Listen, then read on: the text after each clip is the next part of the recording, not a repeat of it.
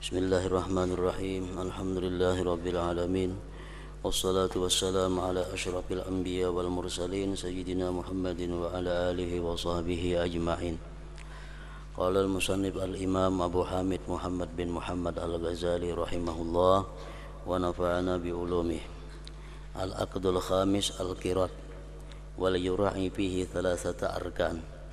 Ar-ruknul awwal ra'sul mal wa syartuhu ay yakuna naqdan ma'luma musallaman ilal amil fala yajuzul qirat 'alal fulus wala 'alal urud fa inna tijarah tadiqu fihi wala yajuzu 'ala surratin minad darahim li'anna qadra ribihi la yatabayyanu fihi walau syaratal malikul yada li nafsihi lam yajuz li'anna fihi tadyiqa tariqit tijarah. Ar-ruknu tsani ar-ribhu wal yakun ma'luman bil juz'iyyah bi ayyashrita lahu thulutsa awin nisba aw ma syaa falau qala ala anna laka min ribhi mi'atan wal baqi li lam yajuz idh rubbama la yakunu ribhu aktsara min mi'ah fala yajuzu taqdiruhu bi miqdarin muayyan bal bi miqdarin sya'i. As-salis al-amalu alladhi 'ala al-'amil wa syartuhu ay yakuna tijaratan ghaira mudayyaqatin 'alaihi bi ta'yinin wa ta'kitin walau syarata ay yashtariya bil mal masyiyatan liyatluba naslaha fayataqasamani nasla aw hintatan bayuhabbizuha wa yataqasamani ribha lam yasihha li'anna al-qirat ma'udhunun bihi lit-tijarah wa huwa al-bay'u wasyira wa ma yaqa'u min daruratihima faqat wa hadhihi hirafun a'nil khubza wa ri'ayatal mawashi walau dayyaqa alaihi wa syarata an la yashtariya illa min fulan aw la yattajira illa bil khazil ahmar aw syarata man yudayyiqu babat tijarah fasadal aqdu summa mahmana aqada fal amil wakilun fayatasarrafu bil ghibtah tasarrufal wukala. Akad yang kelima, kirat. Bahasa kitanya adalah bagi laba atau bagi untung.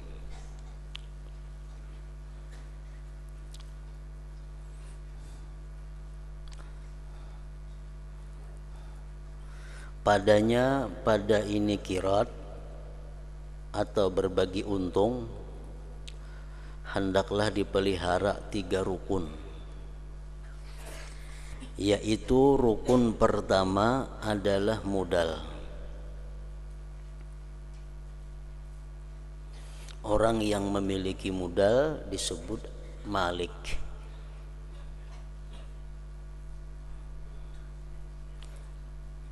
Syaratnya adalah uang emas atau perak, artinya dinar atau dirham. Diketahui dan diserahkan kepada orang yang bekerja. Nah, ini duit 10 dinar aku serahkan kepada engkau untuk engkau usahakan, untuk engkau jadikan jual beli, untuk engkau perdagangkan. Nah, ampun duit ngarannya malik, yang melaksanakan, yang menjalankan duit itu, yang memutar duit itu adalah amil. Syaratnya duit itu mesti duit dinar atau dirham.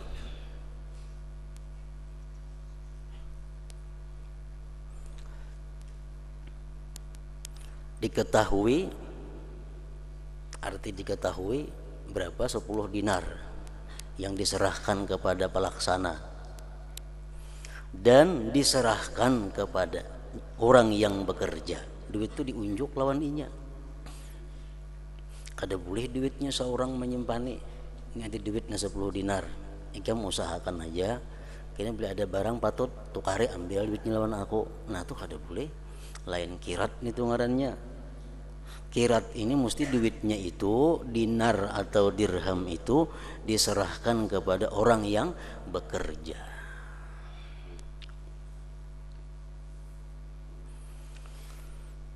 Maka tidak boleh kirat berbagi untung tadi atas fulus, uang selain emas dan perak. Ini pendapat yang mu'tamad, pendapat yang kuat, bahwa kalau kita hendak berusaha dengan cara berbagi untung tadi, modalnya itu mesti duit dinar atau dirham. Kalau duit tembaga atau duit dari kertas atau duit dari plastik atau duit daripada timah, nah itu kada boleh. Pendapat yang mu'tamad. Pendapat yang dhaif, yang lemah, mereka membolehkan dengan duit selain dinar dan dirham. Berhubung di sini kita kada ada lagi dinar lawan dirham, otomatis kita umpat pendapat yang dhaif, itu yang membolehkan bahwa kirat itu boleh dengan modal uang rupiah. Duit 1 juta rupiah aku serahkan kepada engkau untuk engkau jadikan modal perdagangan. Nah, itu ngarannya kirat. Dan tidak pula harta benda. Kada boleh harta benda jadi ulah modal. Termasuk harta benda emas yang bukan dinar. Misalnya kita besi emas blok, emas seberat 100 gram ini kuserahkan kepada engkau untuk kau jadikan modal usaha. Nah itu kada boleh, karena itu bentuknya emas bukan dinar. Maka tidak boleh. Dan tidak pula harta benda. Atau misalnya diisi harta nang apakah, nah ikem hartaku ini jualakan aja, nah, aku serahkan kepada engkau untuk menjualkan harta ini dengan ke ini, nah itu kada boleh. Artinya kada boleh, kada termasuk di dalam bab kirat di sini. Dan tidak pula harta benda karena berdagang padanya itu sempit. Berdagang dengan kirat ini. Dan tidak boleh dengan sekantung dirham. Ini aku bisi sakadut dirham nah.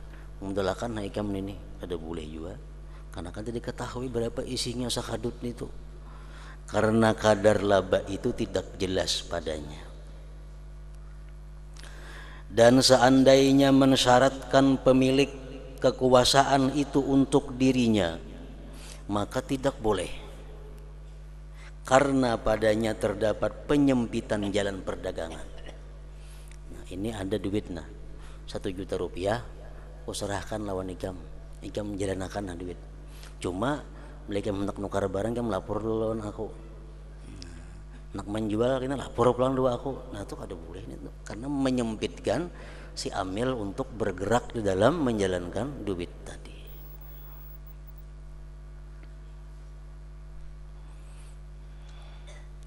Nah jadi pertama, kirat atau berbagi untung ini yang penting diketahui adalah modalnya itu mesti dinar atau dirham, pendapat yang kuat. Dan boleh duit selain dinar dirham, duit rupiah umpamanya, asalkan dengan kadar yang diketahui oleh kedua belah pihak.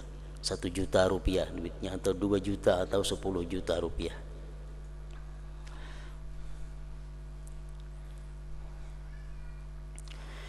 Rukun kedua adalah laba, untung. Hendaklah laba itu diketahui dengan pembagian, dengan bahwa disyaratkan baginya sepertiga atau separuhnya atau sesuatu yang dikehendaki. Ini uang 10 juta rupiah, aku serahkan kepada engkau untuk modal usaha, yang mana nantinya keuntungannya engkau akan dapat sepertiga, yang mana nantinya kalau ada untung engkau mendapat bagian sepertiga atau separuh atau berapa yang kita kehendaki.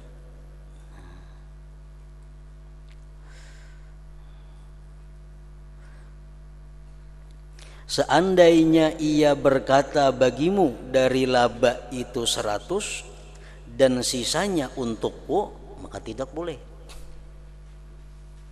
Ini duit 10 juta rupiah. Karena bila ada untung, income dapat 100.000. Nah, kada boleh nih tuh.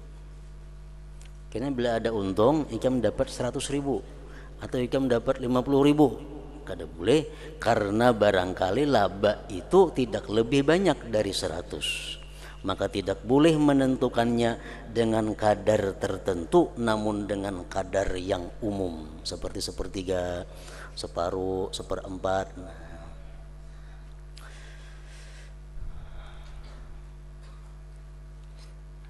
Jadi persennya itu diambil daripada laba, daripada untung. Ini kirat ngarannya yang dibolehkan dalam agama kita. Aku serahkan kepada engkau ini uang 10 juta rupiah untuk engkau usahakan, yang nantinya keuntungannya akan kita bagi 2. Nah, boleh. Ini uang 10 juta rupiah aku serahkan kepada engkau untuk engkau usahakan, nanti keuntungannya aku 2/3, ikam dapat 1/3. Boleh itu. Jadi mengambil sepernya itu dari keuntungan.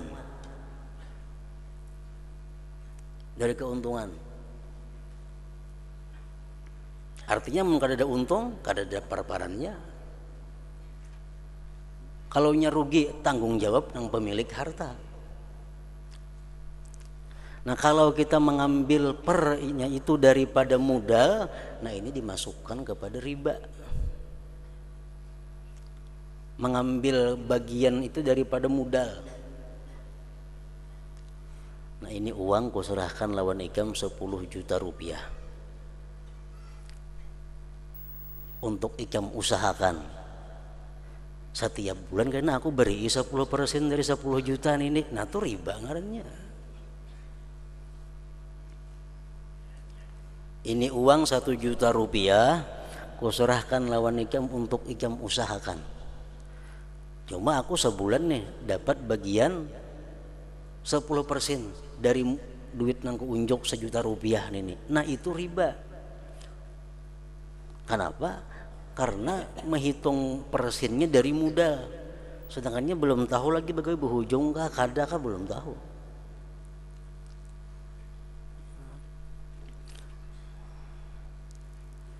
Atau misalnya seseorang, siapa nak umpat menanam saham melawan aku, akan kuberikan 10% daripada modal yang ditanamkan kepadaku. Nah, itu riba juga adanya. Siapa yang menanam saham melawan aku, akan kuberi per bulan atau per tahun 10% daripada modal yang ia tanamkan. Berarti persen diambil dari modal yang ditanamkan. Nah, itu kada boleh. Jakanya siapa yang menanam duit, menanamkan modal kepadaku, maka bila untung akan kuberi keuntungannya 1/10. Nah, itu boleh, karena mengambil sepernya dari keuntungan. Nah, berarti kalau kayak itu kada mau tatap tiap bulan bulihi. Bulan ini untung 100.000, sekian bagiannya. Bulan akan datang untungnya cuma 50, sekian bagian. Bulan akan datang untungnya 1 juta, sekian lagi bagiannya. Nah, beda-beda kada mau sama tiap bulan. Kalau kita menghitung pernya dari modal tuh sama tiap bulannya. Siapa yang menanamkan modal lawan aku 1 juta, akan ku beri 10% dari modal itu. 100.000 tiap bulan, nah beri sebulan 100.000, sebulan itu ngarannya adalah riba itu. Karena kalau diumpatin itu.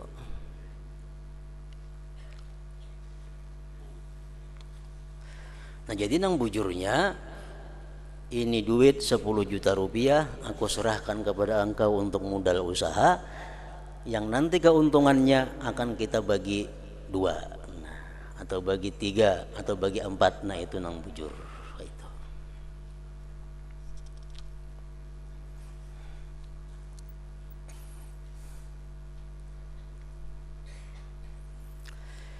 Yang ketiga, rukun ketiga adalah pekerjaan yang menjadi kewajiban bagi amil, pekerja yang diserahi modal nih. Syaratnya dagangan itu tidak disempitkan atasnya dengan sesuatu ketentuan.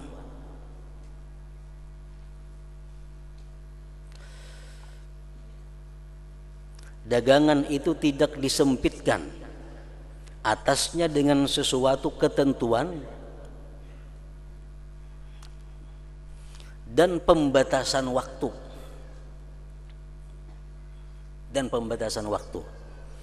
Ini uang 10 juta rupiah aku serahkan kepada engkau untuk engkau jadikan modal selama 3 bulan. Nah, kada boleh itu. Waktu kada disebutkan. Tapi kapanpun inya hendak membatalkan ini kirat boleh aja. Misalnya nah ini duit 10 juta, kamu usahakan aja karena keuntungan kamu dapat 1/3. 2 hari jalanakannya, jangan ampun duit kita bubar, boleh aja, ada apa-apa, berhitung kena. Tapi kalau dari akadnya ditentukan waktu itu kada boleh. Ini duit 10 juta aku serahkan kepada engkau untuk dijadikan modal, karena keuntungannya kita bagi selama 6 bulan umpamanya, itu kada boleh berwaktu. Jangan ada waktu.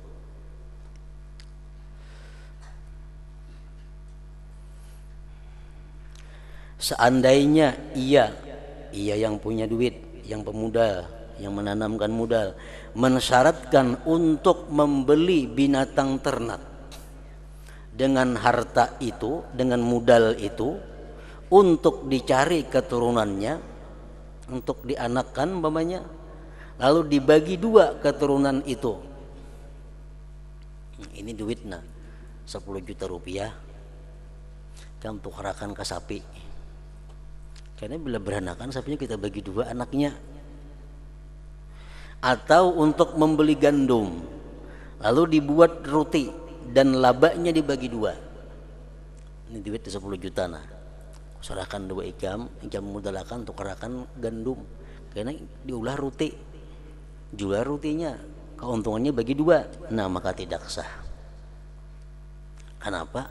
Itu penyempitan gerak ngarannya bagi orang yang melaksanakan. Karena kirat itu diizinkan pada perdagangan, yaitu jual beli. Amun disuruh nukar sapi, disuruh maharagu sapi, kena anaknya bagi 2 tuh kada jual beli ngarannya. Itu maharaguan sapi. Sedangkan kirat ini gunanya untuk perdagangan, yaitu jual beli dan sesuatu yang menempati kemestiannya saja. Sedangkan ini adalah pekerjaan. Nang tadi pekerjaan, ini duit 1 juta rupiah, nah kemudali ikam tukarakan gandum, ulah roti, kayaknya jual keuntungannya bagi 2. Itu ngarannya pekerjaan. Sedangkan ini adalah pekerjaan, bukan jual beli. Sedangkan ini adalah pekerjaan, saya maksudkan membuat roti dan memelihara binatang ternak tadi.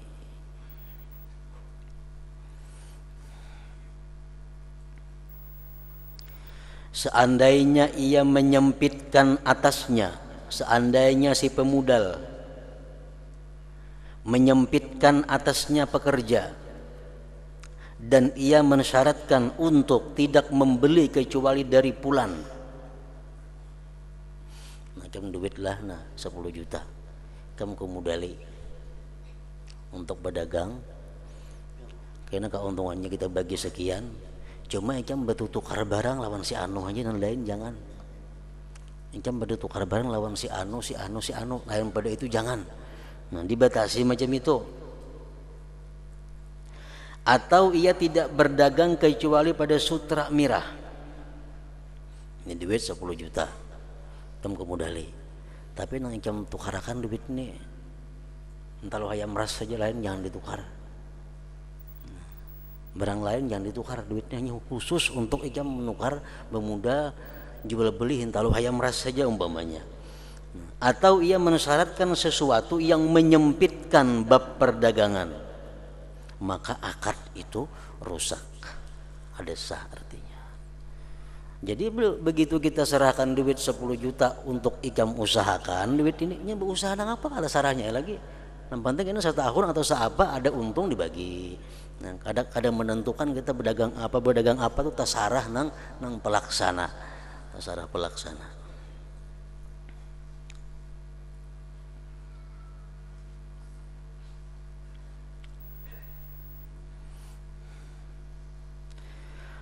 Kemudian manakala akad itu sah,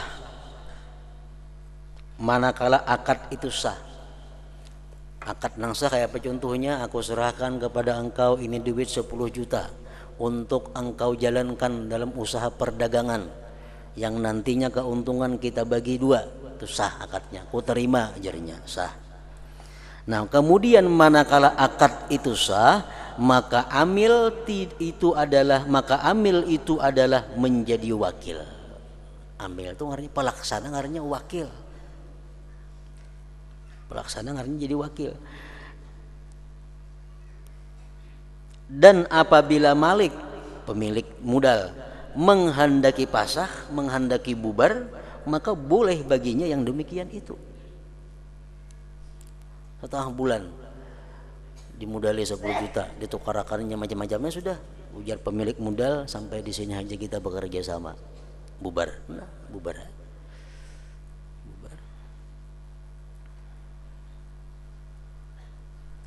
Dan apabila malik pemilik modal menghendaki pasah, menghendaki bubar ampihan, maka boleh baginya yang demikian itu. Apabila ia mempasah, apabila si malik pemilik modal itu membubarkan kerjasama dalam satu keadaan, sedangkan seluruh harta itu berwujud uang, maka segi pembagian itu tidak samar, nyaman aja. Artinya duit ikam kemudali 10 juta, ikam usahakan aja duitnya berdagang napa tasarah hikam, karena keuntungannya kita bagi sekian-sekian. Nah dimudalakannya tukar ini sampai 6 bulan, berjual semuaan dijualinya, tak kumpul duitnya. Nah, ujar pemilik modal, kita ingat sini aja berusaha, kita ampihan. Itu nyaman aja bagi duitnya, berapa modal, berapa untungnya. Modal unjuk lawan pemilik, keuntungannya dibagi sesuai perjanjian di dalam akad. Itu nyaman aja nih itu urusannya. Kenapa? Karena sudah kembali kepada duit, kembali kepada modal. Jika harta menjadi barang-barang dagangan, ikam kemudali 10 juta untuk diusahakan, kayaknya keuntungannya bagi sekian, tukarakannya ke sepeda motor, tukarakannya ke sepeda, tukarakannya segala macam usaha perdagangan, masih berupa barang lagi, ujar pemilik harta, kita bekerja sama ampihan. Maka duitnya ketukarakan sudah macam-macam. Maka barang-barang itu dikembalikan kepadanya pemilik harta. Unjuk aja yang ditukar tadi. Nah, barang na ulun tukar na ambil ya. Ambil, diserahkan barang-barang nang ditukar itu. Maka barang-barang itu dikembalikan kepada pemilik harta, dan pemilik itu tidak berhak untuk membebaninya untuk mengembalikannya kepada uang. Dan pemilik kita bubar, cuma ikam itu jual barang semuaan dulu, jadi akan duit pulang. Nah ada kawan itu. Kenapa? Karena berdahulu bubarnya, berdahulu bubar hanya menyuruh orang menjual, itu boleh aja kada maunya. Nah, jakanya kaina aja membubar dahulu, jual semuaan, duitnya tak kumpul, hanya bubar, nah itu nyaman aja. Kalau masih jadi barang, kerjasama kita bubar sudah tuh. Dan ikam menjualkan barang itu supaya jadi duit, nah kada kau lagi nyuruh orang. Kenapa? Kerjasama sudah habis tadi.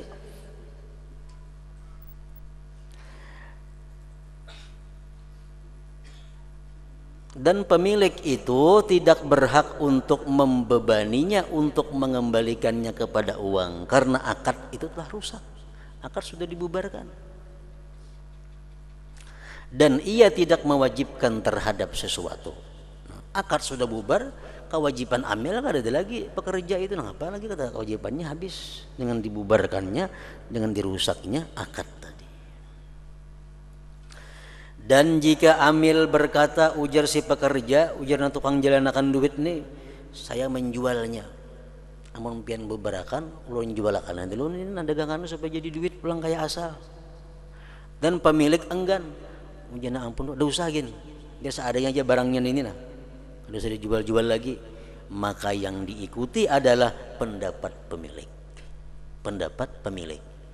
Ada kau mengaras si amil, si pelaksana ada kau mengaras, manang pemilik. Jadi pemilik samuan barang-barang naikam tukar lawan duit modal tuh kembalikan lawan aku barang-barangnya. Biar si penjual, biar nang si pelaksana, biar pelaksana ulun jualakan dulu karena barang-barangnya itu nah hanya duitnya kembali lawan pian. Kada kawa jadi ampun harta. Nah, manang nang ampun harta. Artinya mesti dikembalikan barang-barangnya itu.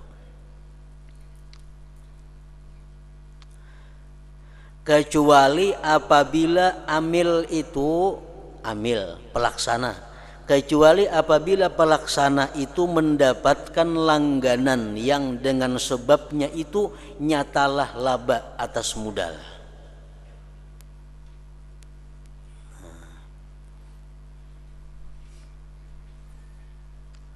Ujar pemilik, kerjasama kita empihan, maka masih berupa barang dagangan. Ujar si pelaksana,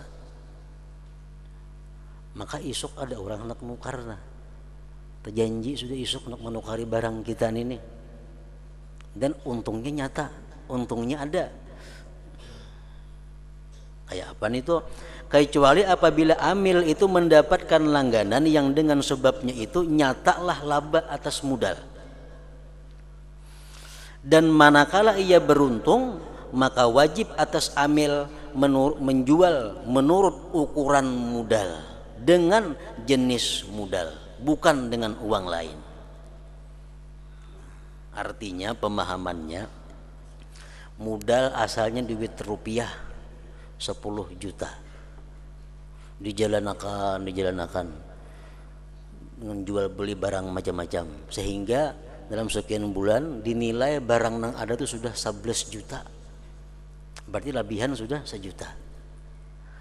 Nah, begitu pemilik hendak membubarkan, ujar amil, isuk ada langganan nak datang menukari dagangan ini. Nah, boleh si amil menjual, cuma menjual sekadar modal 10 juta dan dengan uang rupiah. Karena modal asal uang rupiah. Kalau amil nak memburung semuaan, kada boleh. Amil boleh menjual sekadar berapa modal dan dengan jenis duit modal itu juga, bukan dengan uang lain. Sehingga kelebihan itu terbidak dengan laba, maka keduanya bersekutu padanya dan tidak wajib atas mereka menjual kelebihan atas modal itu. Begitu si amil tadi menjual barang senilai harga modal, jualnya 10 juta. Nah, 10 juta kembalikan duit. Barang sisa ada lagi. Nah, barang itulah dibagi antara si amil dan malik pemilik harta tadi.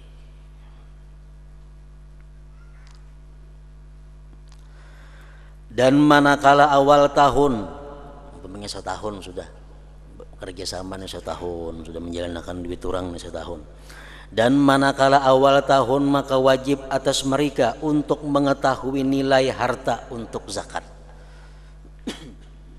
Sampai setahun sudah bekerja sama kirat ini, nah itu mesti dihitung berapa dagangannya, berapa nilainya untuk bayar zakat.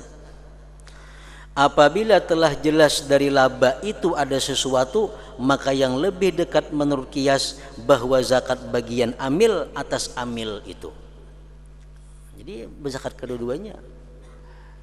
Si malik berzakat sesuai bagiannya, si amil pun berzakat sesuai bagiannya. Dan jelas ia memiliki laba. Jadi kada boleh zakat dibebankan kepada pemilik modal aja, kada. Zakat hanya oleh dibebankan kepada pelaksana aja, kada. Zakat ditanggung bersama-sama. Dan amil tidak boleh untuk bepergian dengan harta kirat tanpa izin pemilik. Maksudnya bepergian nang jauh, bepergian nang keluar pulau umpamanya, kada boleh si pelaksana membawa dagangan ke situ. Dan amil itu tidak boleh untuk bepergian dengan harta kirat, dengan harta tadi tanpa izin pemilik.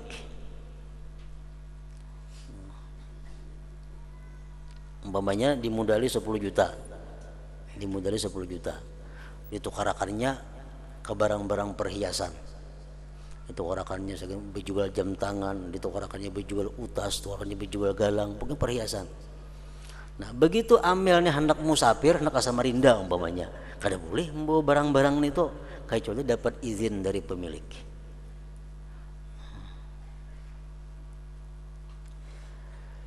Dan jika ia melakukannya, andai katanya kada bepadahan, lawan ampun muda kada bepadahan, barang dagangan dibawanya ke Samarinda sana.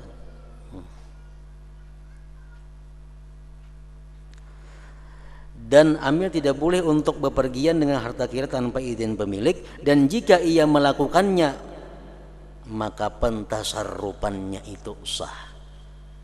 Andai kata inya kada bepadahan, tulak dibawanya barangnya ke Samarinda, jualnya di sana, sah aja. Tetapi apabila ia melakukannya maka ia menjamin bertanggung jawab terhadap benda-benda dan harga semuanya. Itu risikonya. Andai kata inya kada bepadahan, kada beizin, barang dagangan dibawanya ke Samarinda. Sampai Samarinda hilang barang dagangannya. Nah, bertanggung jawab si amil. Bertanggung jawab pelaksana mengganti itu lawan ampun duit. Tapi kalau inya berjual beli di kota nang biasa aja, di tempat tinggalnya di Barabai umpamanya, nya berjual beli di Barabai, buka toko, bulet buka toko, hilang barang dagangannya itu, kada menggantinya. Kada mengganti. Itu kerugian dihitung dari modalnya. Kada tanggung jawab si amil mengganti. Tapi kalau dibawa belayar tanpa izin pemilik, hilang, itu tanggung jawab si amil pelaksana yang menggantinya. Tetapi apabila ia melakukannya musafir tanpa izin pemilik membawa barang dagangan tadi, maka ia menjamin bertanggung jawab terhadap benda-benda dan harga semuanya. Karena tindakannya yang melampau batas dengan berpindah itu melalar kepada harga barang yang dipindahkan.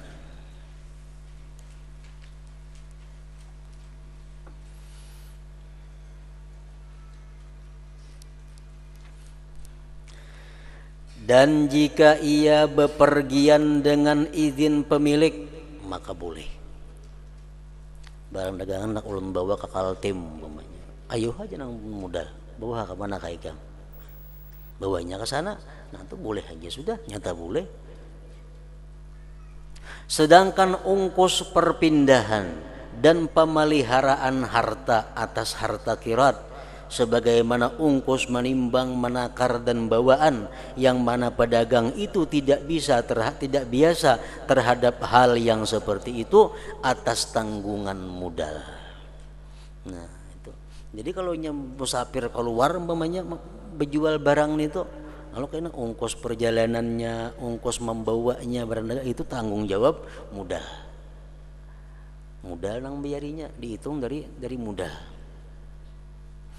Adapun menggelar pakaian, melipatnya dan pekerjaan yang sedikit dan biasa, maka tidak berhak baginya untuk memberikan ongkos atasnya. Ada ongkosan, memang urak kain misalnya pedagang kain, melipatnya itu ada ongkos itu. Dan wajib atas amil untuk menanggung biaya dan tempat tinggalnya di negeri itu. Urusan bayar lusmin itu urusan si amil bayar, jangan dibayar duit modalnya itu. Misalnya barang dagangan ulun bawa ke Samarinda jadinya, nak ulun jual di Samarinda, tulaknya ke Samarinda. Nah, ongkos perjalanan itu modal membayarinya kalau diambil dari duit modal. Tapi ongkos menginap di situ, ongkos penginapan di sana itu duit seorang keluar si pelaksana nih. Duit seorang jangan dihitungin dimasukkan ke pengeluaran modal itu duit seorang. Dan wajib atas amil untuk menanggung biaya dan tempat tinggalnya di negeri itu, dan tidak wajib atasnya ongkos toko. Nah, kalau ongkos toko itu tanggung jawab modal. Misal tulak ke Samarinda menyewa tempat tinggal, menyewa tempat tinggal tuh duit si pelaksana nang bayar. Menyewa toko duit modal. Menyewa toko, menyewa tempat itu duit modal dihitung. Manakala ia meluangkan pekerjaan karena harta kirat, maka ongkosnya pada perjalanan itu atas tanggungan harta kirat. Apabila ia kembali, maka wajib atasnya untuk mengembalikan seluruh alat-alat perjalanan, dari alat penyuci untuk bersuci, taflak, makanan, dan lain-lainnya. Umpamanya para hatan membawa barang tadi, ada nukar jintingan, ada nukar karung, nukar macam-macam alat-alat membawa nih. Nah, itu tanggung jawab modal. Nah, begitu kena sampulik ke kampung, otomatis itu barang-barang ampun pemilik modal, bukan ampun si pekerja ada. Jadi barang yang ditukarkan dengan duit modal itu otomatis ampunnya ampun pemilik modal, bukan ampun si pelaksana. Nah, jadi itulah cara usaha yang dibenarkan. Salah satunya cara usaha yang dibenarkan di dalam agama kita adalah kirat ini, menanam modal dengan cara-cara seperti tadi, itu boleh. Akad yang keenam, syarikat. Terakhir yang keenam, syarikat, persekutuan, kongsi. Nah, bakongsi merupakan sesuatu yang lazim terjadi pada orang yang berusaha bersamaan, bersyarikat. Persekutuan, perkongsian ini ada 4 macam. 3 macam daripadanya itu batil. 1. Syarikatul mufawadah. Syarikat mufawadah ngarannya, yaitu 2 orang berkata, A lawan si B berkata, kita berserah agar kita dapat bersekutu dalam setiap apa yang menguntungkan kita dan apa yang merugikan kita. Sedangkan harta kedua orang itu berbeda, maka persekutuan itu batal. Umpamanya sebuah toko sini, sebuah tokonya di sana. Nah, toko di sini A ampunnya, toko di sana B ampunnya. Lalu si A si B ini berpandir, kayak apa kita bersamaan aja yuk berdagang nih. Cuman yang barang di sana aku menjalankan, yang sini Ikam menjalankan. Bila aku ada untung kita bagi 2, Ikam ada untung bagi 2 juan, aku rugi juga sama-sama. Nah, itu kada sah. Kenapa? Karena barangnya kada dicampur jadi satu. Barangnya kada dicampur jadi satu. Kita bersamaan lah. Kita bersamaan. Aku kambing, Ikam sapi. Kita bersamaan. Jadi aku nukar sapi 40, Ikam nukar kambing 100. Karena bila Ikam jual pun Ikam ada untung, bagiin aku untungnya. Bila aku jual ada untung, kita bagi juga untungnya. Nah, itu kada sah. Kenapa? Hartanya kada menyatu, hartanya berlainan.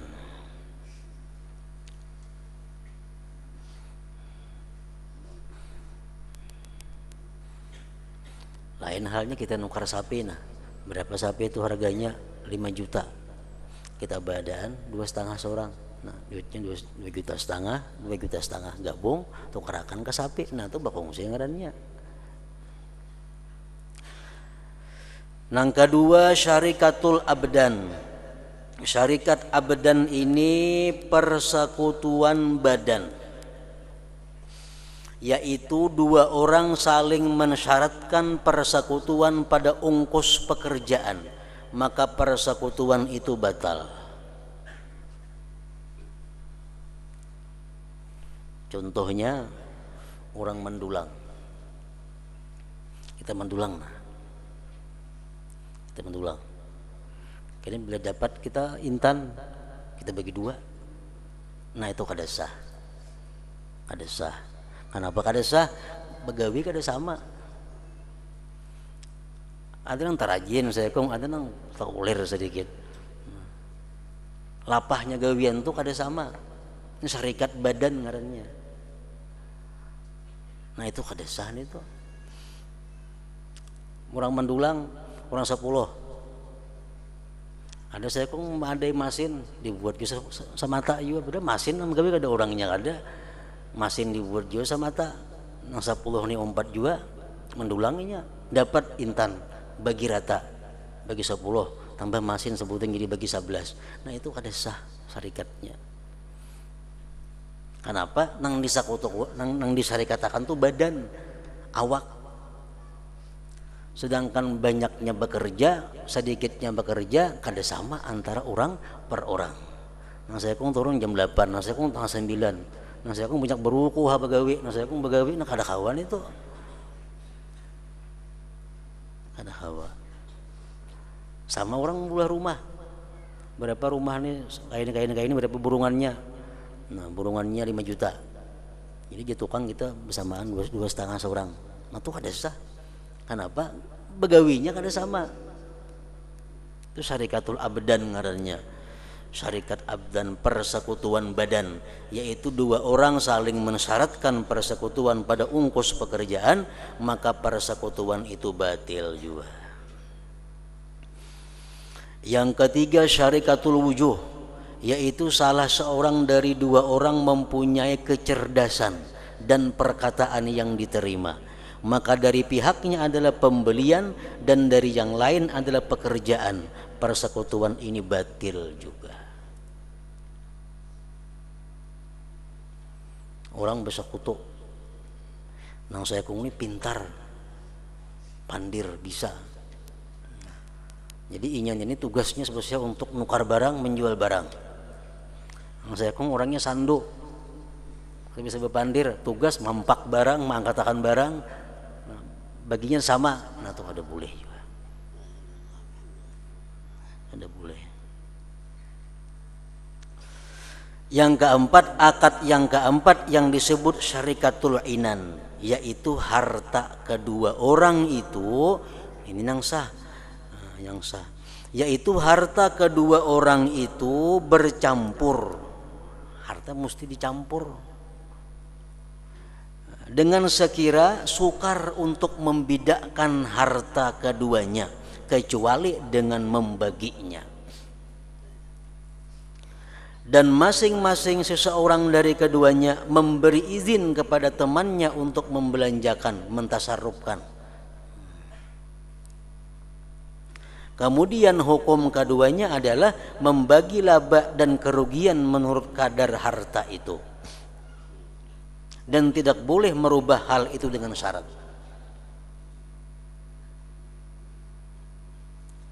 Kemudian dengan dipecat tertegahlah daripada yang dipecat pentasarrufan, dan dengan pembagian terpisahlah milik dari milik. Nah, ini nang boleh. Kita bisa bisi kambing 40, kawan kita bisi 40 juga bisi kambing. Nah kayak apa kita bersamaannya? Nah kita bersamaan aja. Nah lalu disakutuakan 40 digabung jadi satu, kaguringannya jadi satu, tempatnya makan jadi satu, sehingga sulit membedakan mana kambing kau ada kau lagi yang bedakan. Nah kayak itu makan yang sah. Dan yang sahih bahwasanya boleh akad syarikat atas barang-barang yang dibeli. Syarikatnya umum aja, mengapa kan anda syarikat katakan? Baik emas, baik perak, baik duit, baik barang tadi. Dan tidak disyaratkan uang syarikatnya itu. Berbeda dengan kirat. Nah kalau kirat tadi mesti modalnya adalah uang. Nah maka inilah kadar dari ilmu fikih yang wajib mempelajarinya atas setiap orang yang berusaha. Jika tidak, kada belajar, maka ia melimparkan diri kepada haram di mana ia tidak mengetahuinya. Nah, ingat situ ada apa?